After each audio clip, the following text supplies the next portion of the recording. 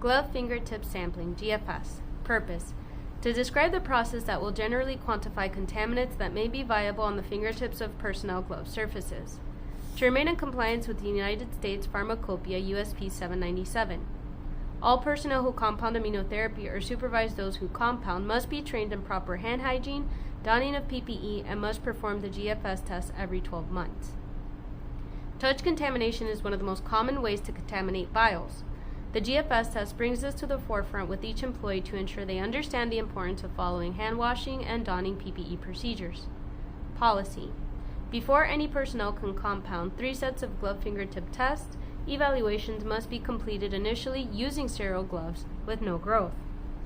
Personnel must complete all necessary hand hygiene and garbing procedures under observation of qualified supervisor. 1. Initially, personnel will perform the GFS procedures on 3 separate occasions. 2. Personnel will also be trained and observed on hand hygiene and garbing procedures. Complete hand hygiene must be performed after each one of the 3 initial tests. 3. Personnel will perform the GFS initially and every 12 months thereafter. 4. If there are no signs of contaminants, personnel will be verified with the ability to A. Perform proper hand hygiene, B. Properly don PPE to include hair bonnet, mask, goggles, gown, and sterile gloves without introducing contaminants, C. Properly complete the GFS. Equipment and supplies. Incubator, 86 to 95 degrees Fahrenheit for general growth media. B. Sterile nutrient agar media paddles. C. Black Sharpie. D. Low linting towels. E. Alcohol, sterile, 70% isopropyl alcohol. F. Sterile gloves. G. Complete PPE.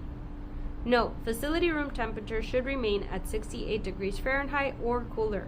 Personnel will attempt to avoid open vents, air ducts, or fans when performing tests to avoid airborne contaminants. Procedure: 1. Once you have received your box, kits should be kept unopened at room temperature and protected from light. The work surface has already been cleaned with disinfecting wipes, allowed to air dry, and then cleaned with alcohol and allowed to air dry again. The outer surface of the media paddles have also been cleaned with alcohol and placed on the clean surface. They have been placed in the position they will be used. The tops have been left completely unscrewed but left in place. The compounding personnel has already performed proper hand hygiene and washing, donned all proper PPE, including sterile gloves.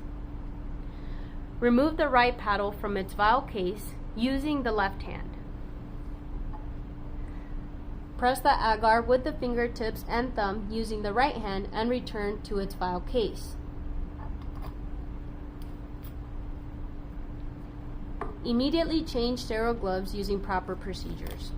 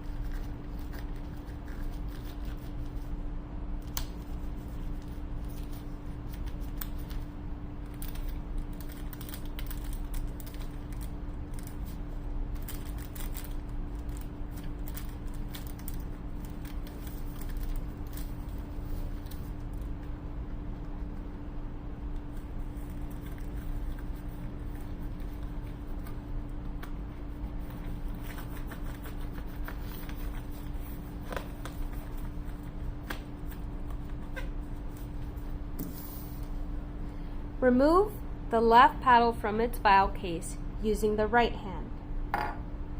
Press the agar with the fingertips and thumb using the left hand and return to its vial case, ensuring the tops are tightly closed. Immediately change sterile gloves using proper procedures and repeat 2 more times for initial testing only.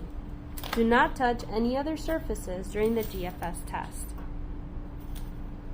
Utilizing the Sharpie, write your name, current date and time, and right and left for left and right hand on the vial labels, and place the labels on the top of the vial containers.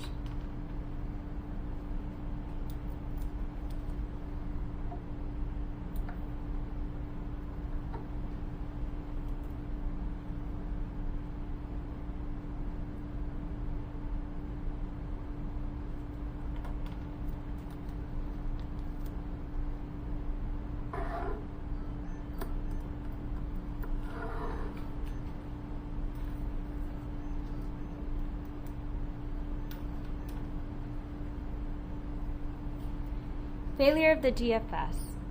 If an employee fails one of these 3 initial tests, they must repeat the GFS test 3 times.